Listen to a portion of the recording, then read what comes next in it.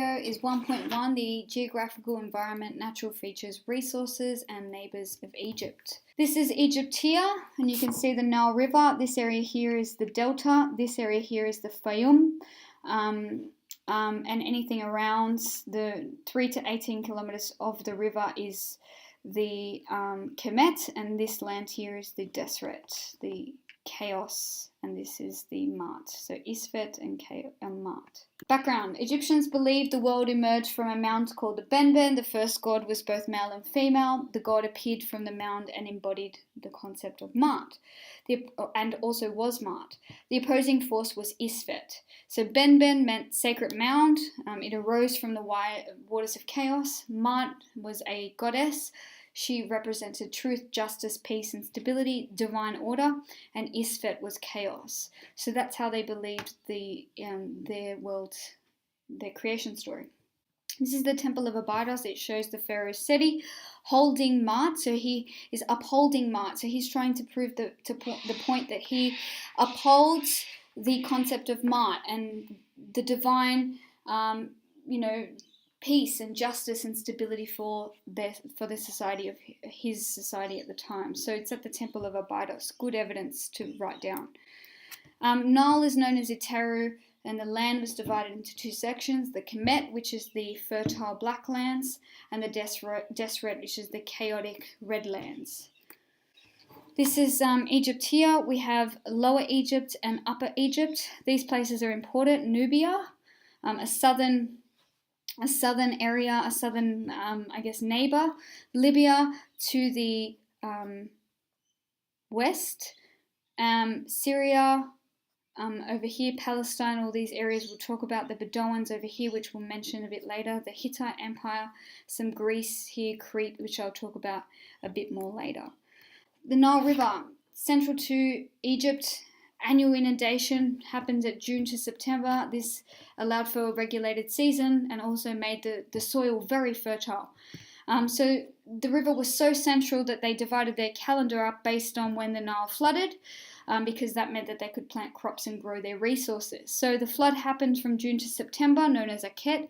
The sowing season was in spring, known as Peret, October to Feb. And summer, which is when they harvest the goods, was in March to June, the Shemuel. Herodotus describes the land of Egypt as gaining a gift. So that's a really key quote to write down. These are some important quotes you might want to get down as evidence from Herodotus. Hapi, he is the spirit of the river, and they would pray to Hapi. A poor flood would mean that there's hardship and famine because they can't grow their resources. Remember, they're very self-sufficient and rely on the Nile. So this is an image of the Nile god of Hapi from Ramses II's temple in Luxor. This is the hymn that they would read out. So this is good evidence, the hymn to Hapi. And this, remember, Hapi is the spirit of the river. They would sing to him in order for him to look after them and ensure that there's a flood so that they have soil to grow their crops. So it says, "Praise to you, Hapi, sprung from the earth, come nourish Egypt." Okay, where does the Nile River start from? Two main sources: Lake Victoria, which is in Uganda, and the Blue Nile, which is in Sudan. Both of those are south of Egypt, meaning that the river flows north. Important to know. First cataract is in Aswan, which is should be around here. I'll get a picture for you soon. Here it is, Aswan, the first cataract, and the fertile strips of land are 3 to 18 kilometres wide from where the river is. So if you have a look here, the fertile strips would be about 3 to 18 kilometres either side of the river. The southwest area of Memphis, which is just here, is known as the Fayum, which is a very lush area, very fertile. And it's also known as Shemal. And then you've got the Mebu, which is also the delta region where the river starts to separate into mini creeks or rivers. And then north of, so that's about it. The ancient Egyptians made sense of their world through the extremes of the land. So the fertile land on the banks of the Nile was known as Kemet, the black land, very fertile, lush, ordered. It represents Mart. The desert land, which was beyond, was known as being dangerous. This represented chaos, therefore Isfet. Tawi. So Egyptians used to believe that the land was divided into two. They still use the terms. I don't know if modern day do, but they had previously been separated into two lands known as Tawi. There was Upper Egypt and Lower Egypt, and each had their own pharaoh. Then Pharaoh Nama comes along. There's a war. And then he is the first true pharaoh of the united lands, of both of the united Egypt. No more just Upper and Lower Egypt as separate nations. It becomes one, and he combines the two crowns in order for that to happen. So governments control water supplies. They undertook irrigation work. They resurveyed their land. They gave employment during the flood season, which is known as corvée work. So they called for workers from all the different states to come and work during the flood.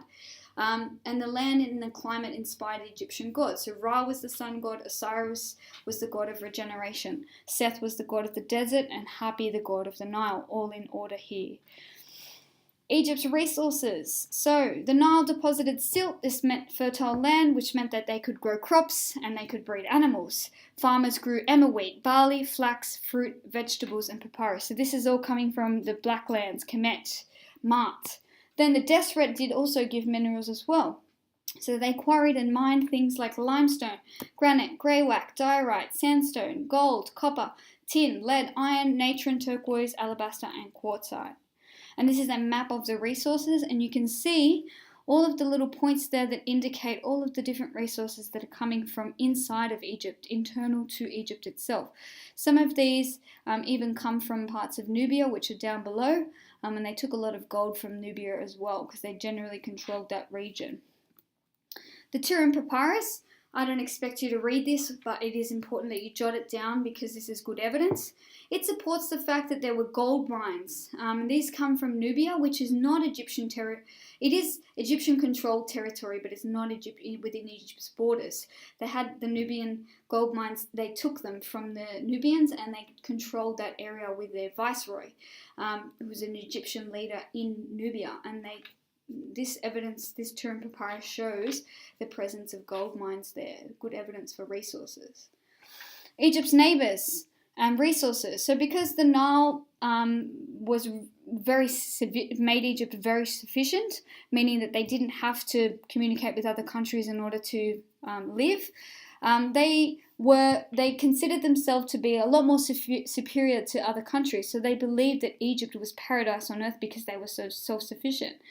By the end of the Middle Kingdom, there was an invasion. This shattered Egypt's sense of security and their trust in their self-sufficiency and their ability to handle themselves. So then by the Ramesside period, when you have pharaohs like Seti and Ramses coming along, they're looking to develop better relationships with foreign countries and re-establish Egypt's mighty power. So Egypt develops trading partners. And we have trading partners for things like natron, precious metals, which they exchange for things that Egypt lacked. For example, Egypt didn't have timber, they didn't have iron, silver, and lead. And they also had diplomatic marriages where Egyptian pharaohs would marry foreign princesses. Never once in the history of Egypt has a foreign princess gone across, in this period anyway, a foreign princess gone to marry a foreign prince. Never. They never sent an Egyptian princess out, only foreign princesses coming in to marry the pharaoh. But they're important for links with neighbours. Important trading links, they had Nubia and Kush for gold, cereals, cattle, as well as African trade. And we had animals in North Africa, so they got things like ivory, ebony. Then they got incense, myrrh, aromatic woods. Then they had leopard skin, giraffe skins, and ostrich eggs, all coming from Nubia. Palestine gave important corridors for communication and trade routes to Syria and Mesopotamia. Byblos had cedar wood. Cyprus had copper. Crete, Greece, and Syria. So merchant ships from Egypt would sail to the Aegean Sea to these countries to exchange emmer wheat and barley for things like spices, unguents, oils, opium, and exotic manufactured goods. Neighbours. So these were countries that Egypt controlled as their own country. So some parts of Syria, Palestine in the Ramesside period were controlled by Egypt. Libya was controlled by Egypt, Sinai was controlled by Egypt, and Nubia was definitely controlled by Egypt. So you can see some of those countries here. Sinai, we've got the Syria-Palestine. A lot of the Syria-Palestine region was controlled by Egypt. Nubia, very much controlled by Egypt, and Libya as well. Then we have the northern lands. So the northern lands are these lands up here, and they're a collection of small rival kingdoms, some not so small, whose borders constantly changed because of rivalries within themselves. And following the invasion of the Hyksos, future pharaohs, they needed a buffer zone so that they had protection because they were very exposed in their northern borders. So they created what's called vassal towns. So they established vassal towns where they would put Egyptian military forces in these towns and force the towns to pay tribute to Egypt and threaten that they would, destroy the town or take it over if they didn't. So then these vassal towns had to pay money to Egypt all the time in order for protection from Egypt, and they developed this sort of buffer zone here where they had some control from some of the the more formidable forces up here. And the tribute is when they're forced to pay gifts. So the southern lands, for example, Kush, this was different. So the town in Nubia had, some towns in Nubia, all pretty much of them, had a lot of gold. And in this period, Egypt completely subdued Nubia or Kush, and they took as much control as they could of the gold, of the mines, of all that kind of stuff. And they put a viceroy of Kush in that area to control Nubia. Neighbours and hostility. So the northern and southern lands were never especially loyal to Egypt. So if they were forced to pay tribute, they did, but whenever they could, they would rebel, or there'd be some sort of a campaign. And every single year, pretty much of most pharaohs' reigns, there was some sort of a campaign in the south or the north that they had to deal with, that Egypt had to deal with them, because if a new pharaoh came along, the vassal towns or the Egyptian-controlled areas like Nubia would begin to rebel. And it was very important that a pharaoh show his strength against these wretched lands, so sometimes they would just have campaigns just for the sake of it. Then you had nomadic lands, so the Bedouins and parts in Libya, people in Libya, the different nomadic tribes that roamed those areas and those borders, sometimes would have, mini campaigns or try and rebel there, and they'd have border raids to try and regain control of mines, etc. The benefits of having these relations with other countries. So Egypt's economy was geared to their yearly connection of the tribute and spoils and trade. So Egypt gained a lot of benefit economically from the tribute and the spoils and trade of their controlled territories and their different countries that had to pay tribute for loyalty. This allowed kings to reward their military men and also to finance their army and their navy. This was also a double-edged sword at times, because having a mighty army and navy meant that they had to keep them occupied with campaigns that brought in booty. So no campaign meant that there was unrest and that there was a threatened state. So they needed to have campaigns in order to maintain control of these territories that they needed money from. There was regular outside contact that provided Egypt with wealth, opportunities, artistic, religious stimuli, and multicultural influxes. Some of the equals to Egypt, equal in power and might: the Hyksos, the Mitanni or the Mitannian Empire, the Hittites, Hattusa, Cyprus, Crete, the northern inferiors known as the Nine Bows, which is a traditional word for the enemies of Egypt. And these are the enemies pictured on the walls of Ramesses II's temple. I think it's in Abu Simbel, yes. So his Ramesses II's temple in Abu Simbel, he shows what's called the Nine Bows, and these are depicted as Nubia, and he shows them to be, subdued and tied up, and he's trying to show, I guess, that he has control of his enemies. And this is the same image of those nine bows, and this time the nine bows represents the Syrian Hittite territories, which Ramses also has control over because they're all tied up, etc.